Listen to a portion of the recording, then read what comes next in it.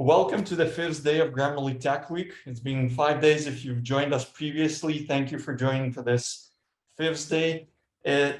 I'm almost certain you won't be disappointed. It will be as interesting or even more than the previous days. My name is Andrew. I'm the engineering manager, and I work with client foundation teams where we focus on all things productivity. But today, it's an honor for me to moderate this event and introduce a fantastic speaker who we've been working since I've joined Grammarly for this 2 years. So I'm very honored. But before we jump into that, still a few words on the logistics. The Grammarly Tech Week is an event series hosted by our Grammarly Ukraine team. And over the course of this week, we held 5 meetups dedicated to various product and engineering topics. So again, welcome everyone, and hope you will find something useful out of this event as well. As always, our events are free. This one, though, in light of Russia aggression against Ukraine, we invite meetup participants to make a voluntary donation to trusted organization, which we collected on the page. You can find it following the QR code. Grammarly continues to stand with Ukraine, and we immensely appreciate your support to all the organizations there. A few more moments on the administrative side.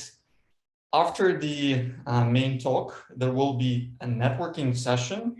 Our events are intended as an opportunity for you to connect with new people and great speakers. So after the talk and the Q&A session, we invite you to join the Zoom call for a more informal group, and you can ask whatever questions you feel brave today for. You can find the link for that in the chat or in the registration confirmation. And so we'll post the link closer to the start of the networking session itself as well. So you're very welcome to join that part. But for now, I guess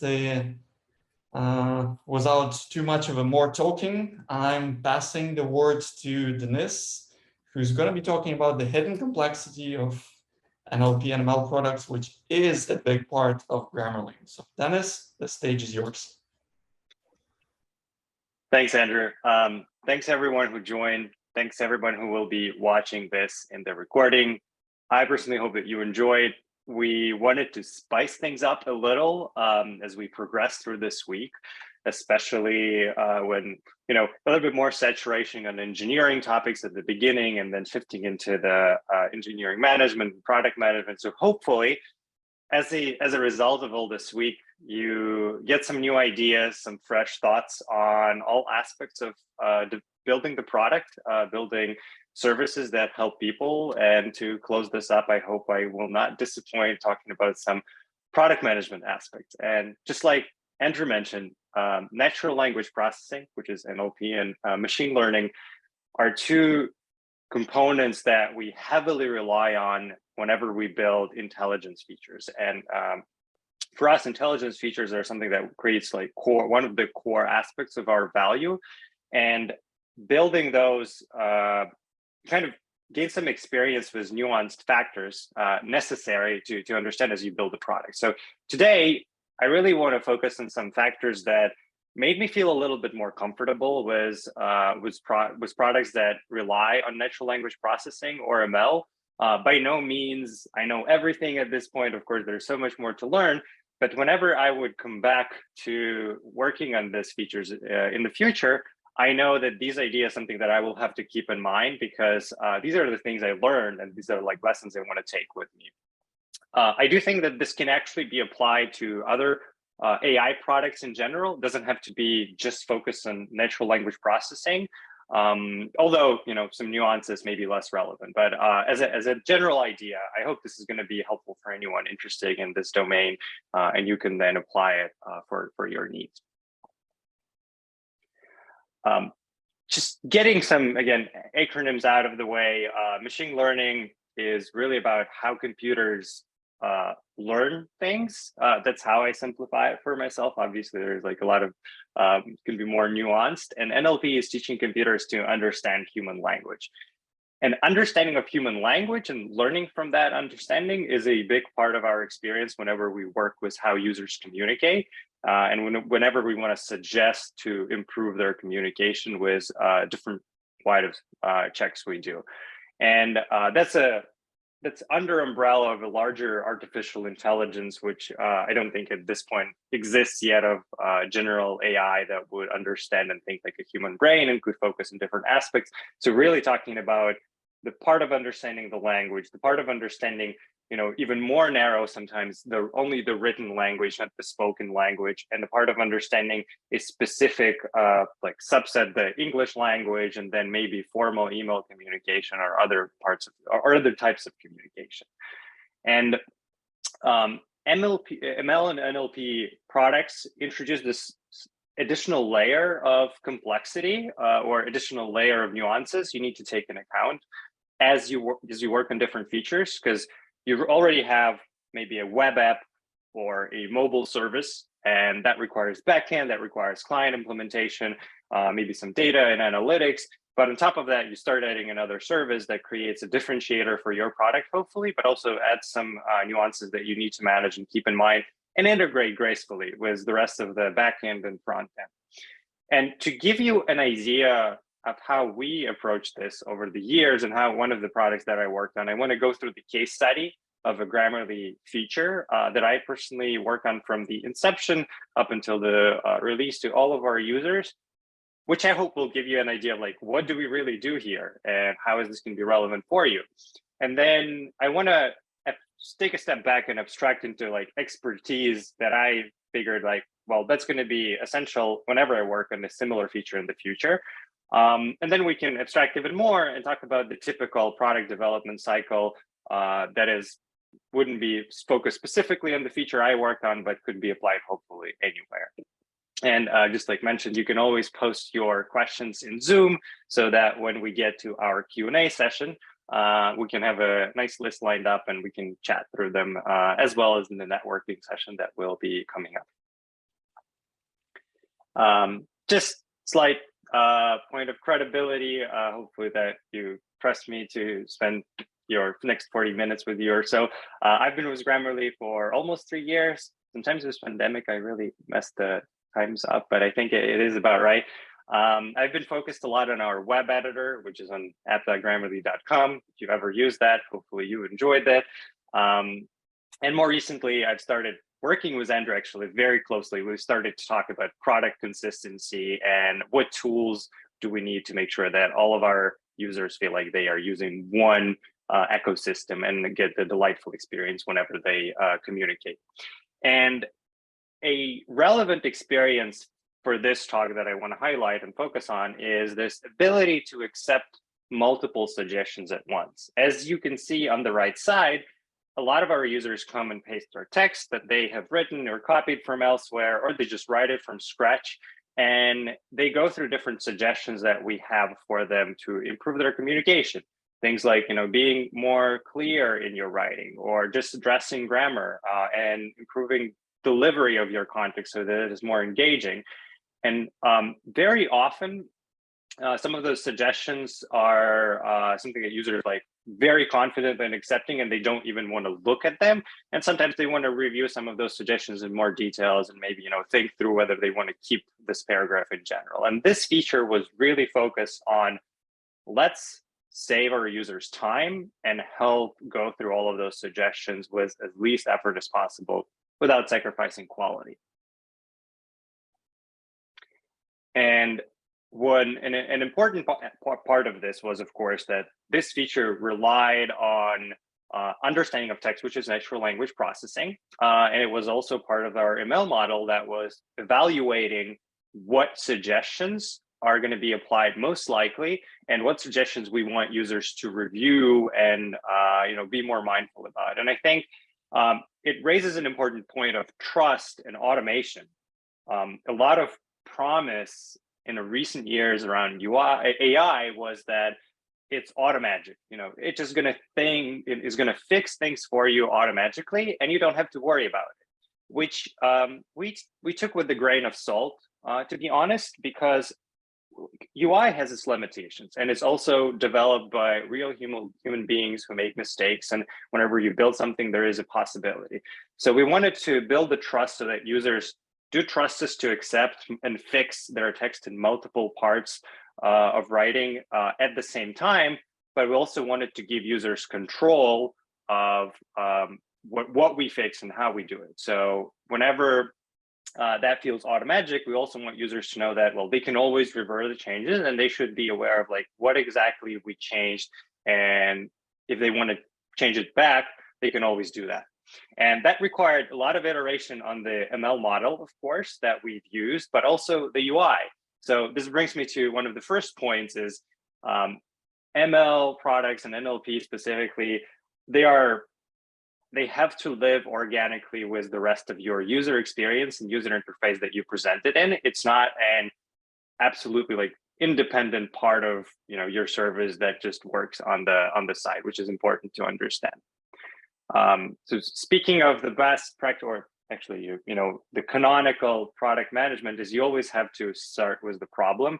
And here we thought about the main problem is users waste their time accepting suggestions that could be similar or very identical in nature. And if you've missed comma, and if you've missed a couple of Oxford commas, or you've made a spelling mistake in multiple places,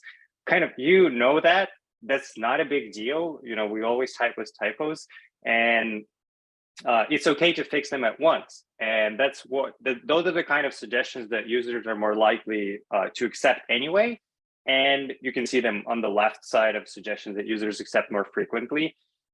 And we wanted to save mental effort for our users going through them. Like, you don't really need to think and read the context for all of the suggestions since you read it before. But on the other side, there are some users may want to spend extra time reviewing suggestions that they accept less frequently, like tone and passive voice. And it's not necessarily like you can't say they are wrong. It's just that sometimes this is your style of writing and this is your voice that you want to come across, and you want to make sure that you have to use passive voice, or maybe you want to be more friendly or formal. And for us, this also was an opportunity to learn what users prefer in writing more. And this is where we got a lot of input on what suggestions can be automatically fixed, but something that we want users to give more freedom to review. And the best part, if you take the left side and you simplify and you minimize the time that users spend in thinking about it, we believed we save time for users to think more deeply about suggestions on the right. So at the end of the day, we hope that our users took extra time to review their tone of writing, and they were happier, and they felt that they felt more confident with their communication. And an important second aspect is, of course, you always want to think about success as soon as you start the inception of the feature. And when we were thinking about ability to accept multiple suggestions at once, we really broke it down in two different aspects. And I think that's what you will start to notice in many ML or NLP products. You will continue to see key metrics for product, like business metric for retention, or conversion to buying a premium subscription, or engaging with the feature. You will also see a technical metric, which is equally important because it can spoil user experience. That would be uptime of your service and performance of loading the page, performance of how quickly suggestions appear, like in our case. But with ML, you introduce this extra factor of precision and recall. And this is an interesting thing that I always, I still sometimes stop myself and think, because it's kind of a tricky one. And I invite you to read about it more, because there are tons of articles out there. But the way I think about it is, well, precision is how confident you are in that your suggestion is really it's correct. If you would go and open books and grammar and styles of different writing, you find the confirmation that your suggestion is right, and there's undisputable. Nothing is 100% always right, but you can strive to be right in as many cases as possible.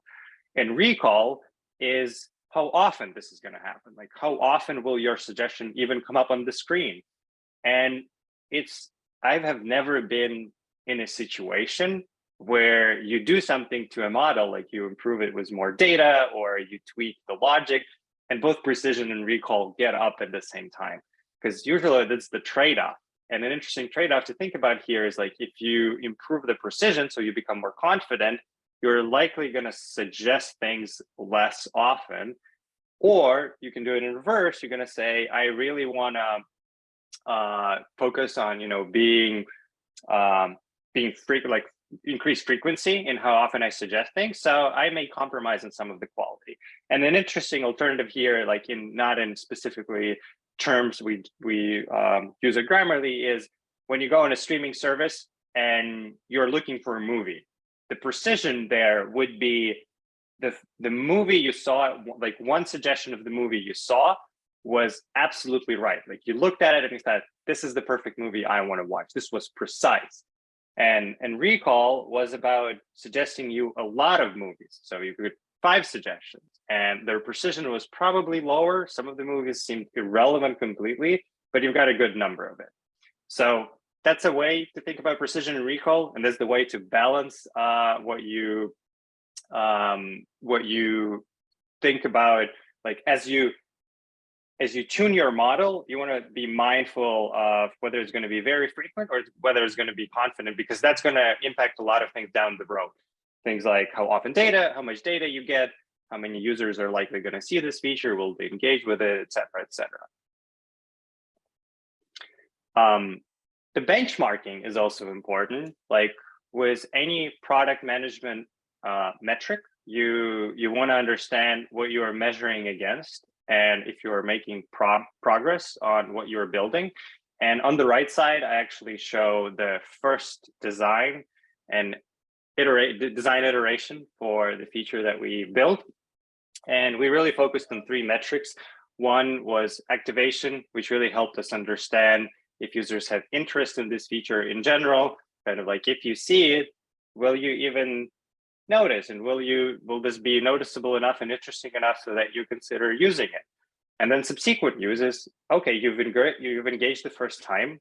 We hope your experience with the feature was delightful, so we hope you will come back. And this talks a little bit about trust, because even if the design was nice and and appealing, and the feature worked by fixing multiple phrases in your text, maybe the model was wrong.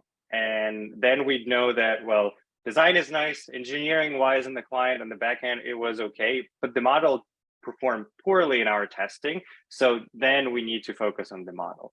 And accuracy was an extra proxy we looked at to understand if what we are changing is really helpful and is indeed making user text better. And the reason I talk about benchmark is because before this, this was the simplest possible user interface we came up with that would do the job, but also wouldn't be overwhelming. And we knew there were some limitations, but we released it anyway, because this gave us the benchmark. This gave us first numbers for activation, subsequent use, and accuracy. So the next time when we release this larger interface with more controls and with more details, and you can see it on the right, it really grew in size. It started showing individual places where we were going to change where we were going to change your text. It also gave you a little bit more control if you wanted to accept maybe 4, but not all 5. And that benchmark was extremely handy here, because we knew, well, this is how our metrics improved, and this is maybe where our metrics did not perform that well. And I'm pretty sure we actually have a write-up somewhere on our blog page with all the numbers and details on what was the increase in metrics and why we think we saw it. And yeah, clearly the second iteration, the takeaway from us was the second iteration was much better in terms of transparency on what we do, which is, I cannot stop emphasizing this enough, with many AI features that promise this auto magic. Transparency is a key in building trust, because users really want to know, like, why you what's going to happen when they click on, the automagic to happen, and whether they can revert it back. And because if it's a revertible, people are not really inclined to really work with it. And as say, like our feature design is set, we have this idea. We probably know where we want to get the data, but we need the team. We need the team that will be focused on building all of this idea from the beginning to an end, and then following up on feedback. And the team setup that I was used to whenever I was working on new projects or launching new products was this like group of at least 3 core members. You could argue that front end and back end could be one person, but then maybe different people.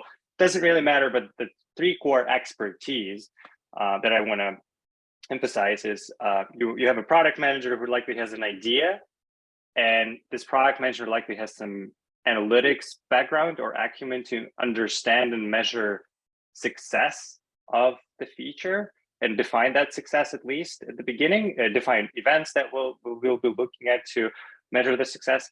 Product designer would think through different aspects of how to introduce the feature, et cetera, and engineers will focus on building that delightful experience and making sure it performs well. And I think this is a great combination, but it's not enough for ML and NLP products as far as I can tell. And especially this is not enough when you are building a model in-house and you're also scaling that model to millions of users on a daily basis that we often have to do.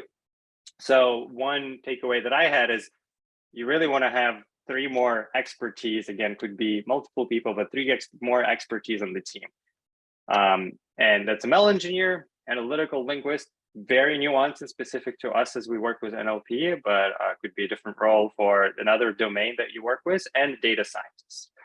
And the reason why you want to have these roles is because the model of your product really becomes a product of its own. Like the quality of that model that will decide this is what users are going to accept, or this is what users want to write, or this is what users want to fix, will be crucial. And an ML engineer has this like mental capacity to focus on it, to think of what data gets as an input, how the data is processed, how quickly that data is processed, how that data transmitted to the back end, and how it's displayed on the front end.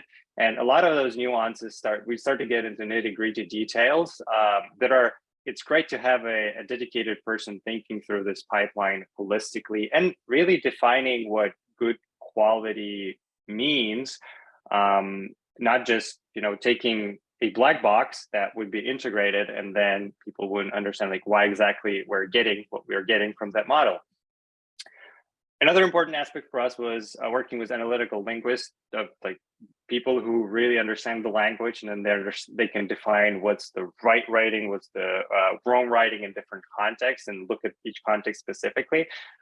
Especially this was super helpful for us when we were doing anonymized samples of different texts to understand if there were false positives or true positives, because we also had like in mind a certain threshold that we wouldn't cross for false positives, and that person was really focused on setting up proper analysis and ongoing feedback that we could use on an ongoing basis, and not just like a one-time off, but really the monitoring tool for the feature. And as you get the model added to your product, as you get more data that you need to handle in form of events or different user segments, or even like potentially different languages or different roles that people have, you kind of start to have a need for data science. And I've never had a formal background in statistics, and I'm like there were times when I was like struggling to understand the statistical significance of a sample. Even if you learn that and you are able as a PM, you probably like at least how to define an A/B test and what the statistical significance sample needed for that.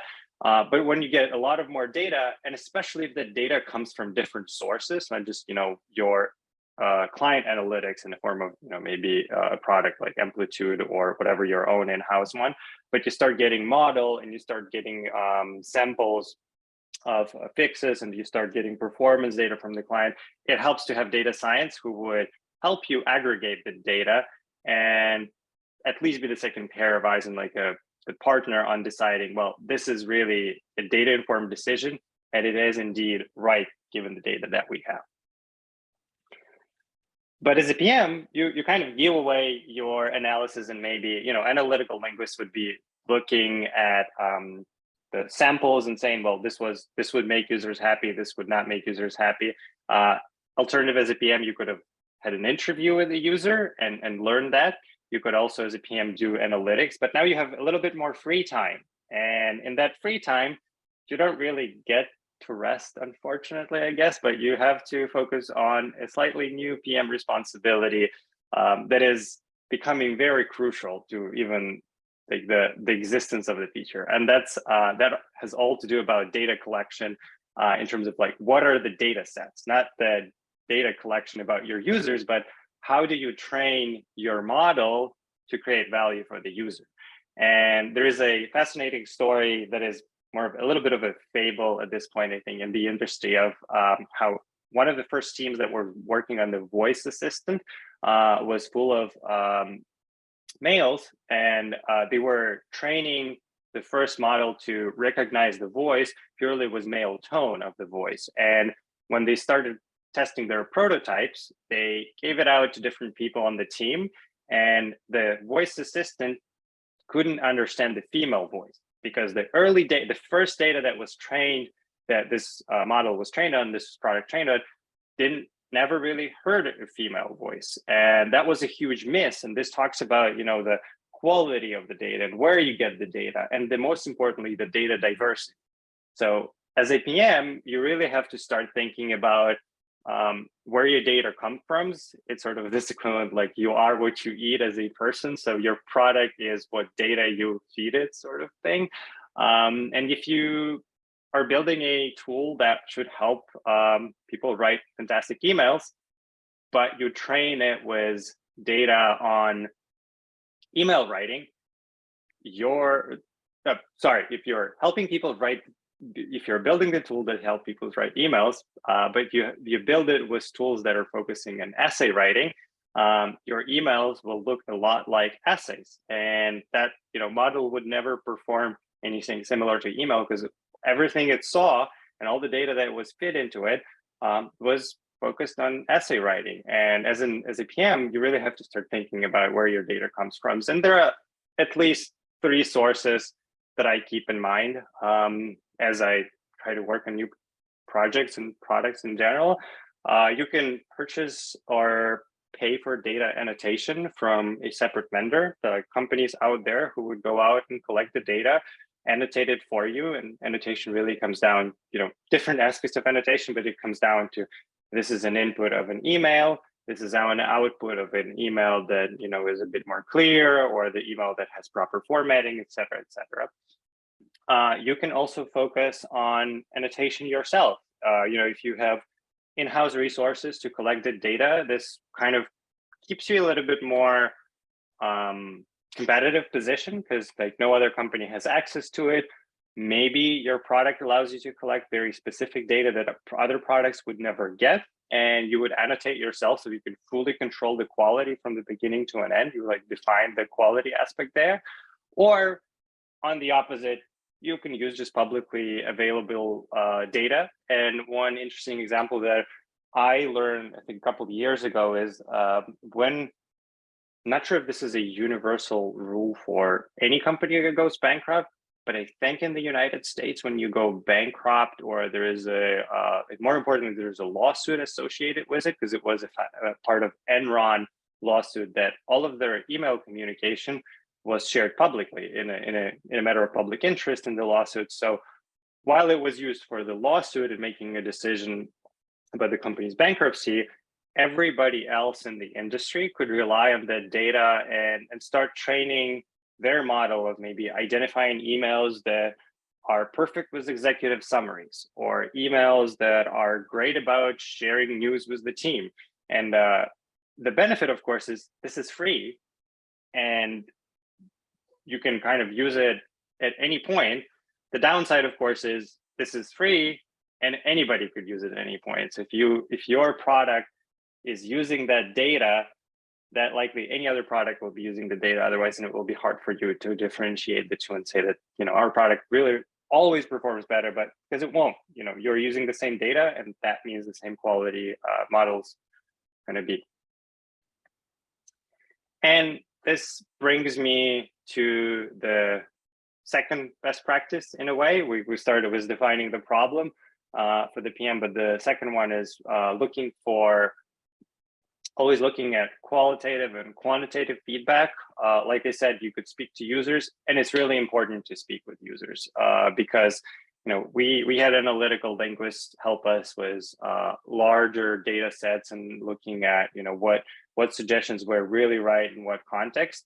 But at the end of the day, one of the key aspects for us was using user testing and giving our product to a real person who was kind of seeing it for the first time, and they were telling us, oh, this gives me a little bit of anxiety because I don't really know what's going to happen when I click on it.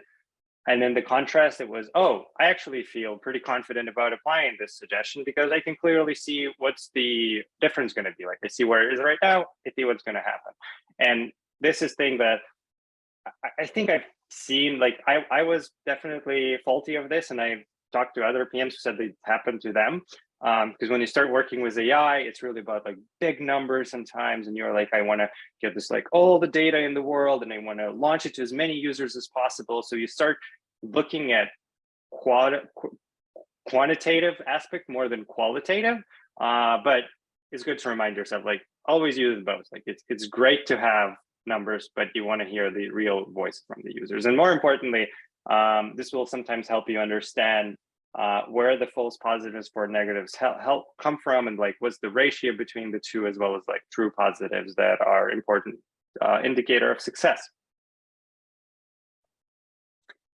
And we're getting in the point of this feedback. And again, I will use a UI interaction from our own product, but I think this is more generic advice, like with data collection and looking for qualitative and quantitative feedback. Hopefully, and ideally, this happened with us from the first iteration, something we learned the hard way. You want to have design in your product that solicits feedback and delivers value to a user. This was the only instance that was relevant for us when we made a suggestion and that suggestion was accepted by the user. We kept the highlight and underline in the text as long as the context and the sentence hasn't been changed yet, so that when users were looking at it and rereading it maybe again at the end of their session working with us, they could spot it and say, maybe I do really want to use maybe overused is the name of the company, and it's not a word that they want to change as like per English standards. So they could always revert it. And for us, this could be an interesting situation, right? Like, we could think, are we spelling overuse wrong here? Like, this doesn't sound right. But when users revert it and then they change it to something that is going to be like, the name of the company, this would send us the signal that our suggestion was actually like true positive, but it was in the wrong context. So that's like another thing that, maybe in our analysis, this is more of an outlier. And this kind of feedback is crucial because this design helps you understand where your model can fall short, but also maybe extra reasons like why it fell short. So bringing it all together with different aspects of what you should look out for as a PM when building ML and NLP product and what the team should consist like. I think data is maybe the first thing that you should be thinking about, even from the inception, even from the first time you think about the feature. Your probably second question is like, that would be the great feature to do X, but then your second question is, what kind of data do I need for X to be possible? And that brings it down the rabbit hole of where do I get the data, what the good data means for me here, like how diverse is that data, how am I going to scale it to our needs as we grow this? Will this data be even available as we grow it for our aspirations?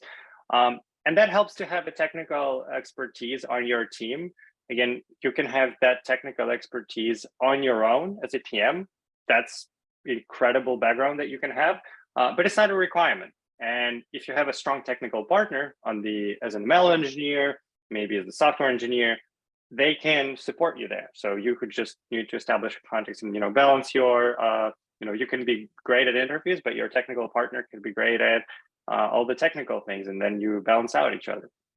I think the expanded set of metrics is an interesting one, especially with like precision and recall. Lots of nuances about false positives, true positives. Like sometimes I'm still like, I always stop and I'm like, which one are we talking about here? Which situation is this? But it's daunting. It is still daunting to me to these days, but the more you work on it, the more comfortable you get with it. And as a result of all this complexity, your team actually grows. But I think it's a fun part because you get to work with more people. Projects get to a little bit more challenging, and as a result, you get to learn a lot of new things. Which, of course, brings me to the whole point: if you like working on such things, and if you enjoy those kind of problems, we continue to hire, and we continue to hire in Ukraine, which I think is important at this point. But we also hire in other locations like Poland, Germany, Portugal, US, and Canada. But most importantly, and this kind of, it's hard to say, and it kind of feels awkward to transition immediately, but the war in Ukraine is still happening. And only thanks to the defenders of our country who are on the front lines today, we have the privilege to be speaking with you and sharing all of this knowledge. So we hope for the war to end really quick. And if you're open to supporting it, these are my personal funds with Come Back Alive and Colo. We also have another page that was developed by our team with vetted organizations that we trust. So if you have the opportunity to support in any way, and any donation is meaningful, sometimes even the word of encouragement, but of course the financial donations help us get to the victory one step at a time, every single day. And with that, I want to thank all of you for taking your time to join us, to listen to me talk, and hopefully I've seen that the chat was popping up, so I hope we'll get to the networking or the Q&A session right now. Yeah, definitely. It's the Q&A is active, the chat's active. So all right. Thank you everyone for listening, and we'll jump into bows. So we have a time to go over. I think we can start with one that is a bit of a discussion or kind of back and forth in terms of the metrics, and there are several questions again, actually, about metrics. One from the chat is specifically about precision recall, and the question is there a specific reason why F1 is not included in the list? Yeah, and actually the reason was like, I don't want to be an imposter here, because I remember when we were doing an F1, I really had a help from the data science and ML engineer to do that calculation. And that's where I think you got to have somebody technical, because F1, and Andrew, actually, I think you actually know a lot more there about than me, but F1 is one of the metrics that defines the quality of your model, the performance of it. And that gets into the nitty-gritty details of, as well as like what data you feed into that and how much data you feed. So I would encourage you to read more about that. And I don't want to spoil, like, actually, I don't think I would give a proper answer in a short period of time here. Yeah, I'll probably just add it that in our cases, quite often we tend to look at both these metrics as a separate instead of the aggregate as F1, as we want to more accurately optimize each of those, and it's easier to look at them separately than as part of the F1. All right. So I would just want to add that I remember the conversation we had with one of the ML engineers, that my takeaway from that was F1 is less, well, it's going to impact user experience anyway, but more powerful ways to like have a proxy metric for how often it appears or how confident we are in it was precision and recall. And that's why, like for me, I took that away as key metrics that as a product manager, I want to look at. And I trusted the technical partner to figure out the rest and make sure the quality is there. All right. Okay. The questions are keep coming, and yeah, please keep posting them. It's might be easier to post them in a Q&A, but if you want, you can post them to a chat. Just make sure you're posting to everyone. Well, you can post to the panelists as well, so it's fine, whoever sees it. I will definitely read it through. Okay, there is another good set, I think, of related questions. One of which starts, does Grammarly use some existing ML models at the early stage of the startup? And a very similar one is like using heuristic versus developing an ML model, which I found two similar questions. Yep. I'll start with the first one. And again, from a product manager perspective, that's always great if you have an existing model that can do the job, because this is, instead of starting from scratch and adding 8 months or 6 months of building that model and tuning it, you get the data and you get the training like delivered to you, like handed to you, like you can use it now. So we, our first iteration of the feature indeed was relying on one of the models that was used for completely different purposes at Grammarly. It just fit the job, and with little tweaks. And I love that path because it saves me time. But I think you need to be mindful of the stage of we're testing this prototype with a limited set of users, and we are ready to scale this to more people, like potentially millions a day. Because one, there could be a performance issue, but two, there could be a data diversity. And like one of the models could perform really well, like I said, with emails, but it's not going to perform well with essays, or is going to perform terribly with novels. And that's when I think I would say, if you have an existing model, definitely use it first to test the prototype and feasibility of the feature. Like, does it even make sense? Will our users engage with it? Which was activation metric. But probably if you see early indicators of success, you need to start planning for a more complex model that you would build in-house that would look at other cases and support them as well. And that's again where it's great to have an ML engineer and maybe analytical linguist, because that's when you as a product manager don't just say like, we need to check for essays. They say, well, if you need to check for essays, here are like things you need to do, and then you get an idea of like, well, this is huge undertaking, or maybe this is a quick one, like because you've had something else and ready. Right. Okay. So the other one's interesting also about the metrics, but in a different dimension, I guess. How do you tie back your ML metrics to business metrics you care about, given there's often trade-offs? So that's an interesting one. I think it helps to be explicit with what are your business metrics. And from the slides, I talked about activation and subsequent use, which is basically retention as a business metric, was important for us. And that's when, and I remember like in chat, I saw there were discussions of F1 helping to balance out precision and recall. Like sometimes you want to raise awareness of the feature, and you're like saying, well, I'm going to lower precision here and we will optimize for recall, because at the end of the day, we want to have a lot of users who engage with it. Like you could say that you are shifting the perception of your product from being more holistic or more smarter. And that's when you say, okay, well, we're ready to sacrifice a little bit of precision, but show it to more users so that people find out about this. Because if they never find out, they don't even know. Or potentially you could say, we think our model performs well here in terms of accuracy, another business metric that transitions into the trust with our user.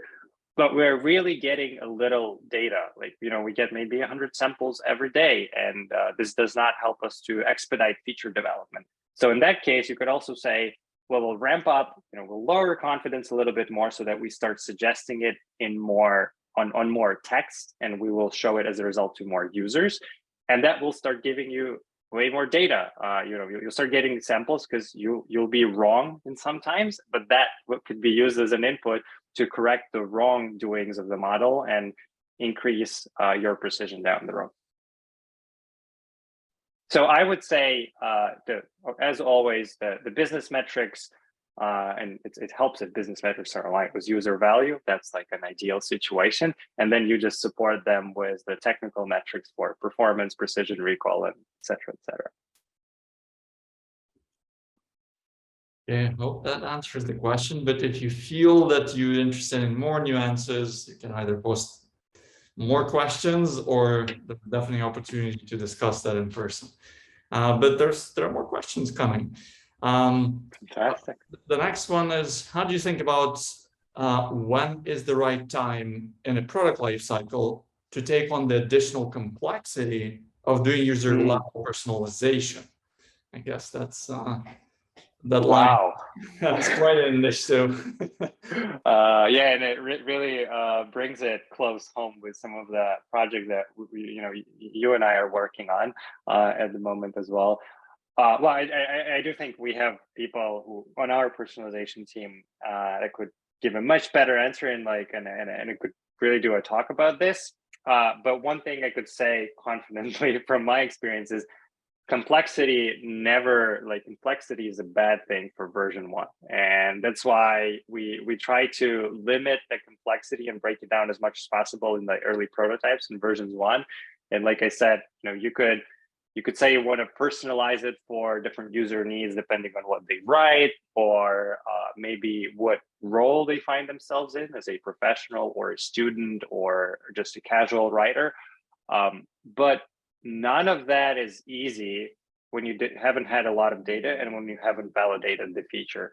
So unless you see that your metrics have stalled, and it's quite easy to look at when you see that whatever you do with the design or maybe little tweaks you do with the model, your metrics don't go up.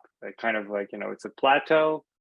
Nothing helps, and you haven't achieved your business goals and user value hasn't been there. I think that's when it's kind of a first indicator that yes, we may want to increase complexity, but it's as you increase complexity, worth defining your success for that complexity as well. Because say you are going to add 5 more people to the team, hopefully that results in a 5x improvement to the feature. Because if it results in 1x improvement of the feature, then we talk about opportunity cost of those people could have worked on something else and maybe delivered the result. So I'd say start looking out for plateaus and stallment of the progress that you make, and then consider what's coming up next. But maybe we should use this question really as a prompt for one of the future presentations. There's definitely a lot to talk about. Not sure how deep we would be able to talk about it, but it's an interesting subject to discuss indeed. All right, we still have questions here.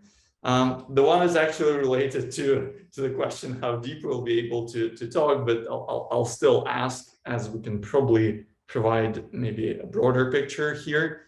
The question is following: could you talk about the models you use for the feature? How many models do you have, and what these models are responsible for in terms of input output? So again, I'm not sure we'll be able to provide depths, but maybe some context for people to get an idea. Yeah, and here ignorance is a bit of a bliss, because I think it's funny, as a PM, I really think of I abstract of model just a logic, computer knowing when to suggest what fixes and text could be applied at once. And I would never, unless it's important for troubleshooting or unless we have some serious flaws, I wouldn't usually dive into the details of what mathematical calculations happen at what stage and what backend services exchange data between them. I think, again, as a PM, and keep in mind that this was the hidden complexities of managing products, you're really listening to the product manager here. I don't think it's necessary to know all the different models and how they exchange data, but it helps. So I wouldn't be able to tell you, and I don't think I even know how many models we have. Okay, let's move on. And the other one coming from Anna are you going to share your product and provide grammar correction in different languages? That's a great one. We've been hearing a lot about this, and the one thing that I can only say, it's a huge undertaking. These conversations happen on an ongoing basis with our team, and especially as our team becomes more and more international. There are people interested in all sorts of languages, which I think is the benefit. And ultimately, having an international team and helping people communicate internationally is going to be crucial. So I really like, and that's speaking me just personally, like I'd love for that to happen. But I think some of the projects that we worked on in the shorter term of like the next following years would not focus on that at all. Well, I guess that like we kind of fully comment about all the initiatives are happening in Grammarly, and this direction is very interesting and exciting. But we explore it. So far, no public plans that we would be able to tell whether we will cover this direction. But keep your fingers crossed. Anything can happen. Are you going to hire people for the PM role in Canada, Toronto, Dennis? I'm pretty sure. Well, most likely in Vancouver, which is where the hub is. Although I do think you can, like, that's a lot of legal nuances of in which provinces of Canada people can work. But yes, I think if there are no open roles right now, they're likely going to open up in the nearest term. But also important to say that we are the remote first company now, and we use this hybrid approach where we still have in-person events at different offices, depending on where people are. But you can live in Kiev and work with a team in San Francisco, or you can live in Canada and work as a PM and work with some teams in San Francisco and Kiev. So I wouldn't constrain yourself on one specific location. If you want to join Grammarly, I think that's good in general. Yeah, I can only confirm that we do support Toronto as a location in Canada. Okay. So if you're based there and you're considering to apply, definitely do that. We do have engineers there, so I'm not sure we have restrictions on PM roles. So definitely apply. Thanks. All right, and I guess the last question I have I have a few more posted. I have to make a decision because that's the last one we have to make a call. Right, I think we'll take this one. How much time do you usually allocate to validating the first version? Oh, there's always this challenge, like the faster the better. But I mean, general. Let's not be abstract, and I'll tell you specifically much time we invested in the feature that I was talking about, which is accepting multiple suggestions at once. I think it took us about 1 month, just pure, internal alignment and, planning how the feature would be built, working on the designs.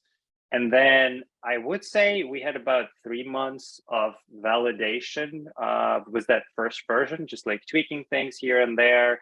Maybe changing design here and there. So 3 months was a decent amount of time for us, because especially if you plan in the quarterly OKRs and things like that, you can say, well, we're starting from nothing, like no code written at the beginning, and by the end of the month, we will have metrics and we'll have some user feedback and we'll have even the model performing already. So then the next quarter you can do that. But again, if you can do it in a month, why not? That would be ideal. If you could do it in a day, that's even better.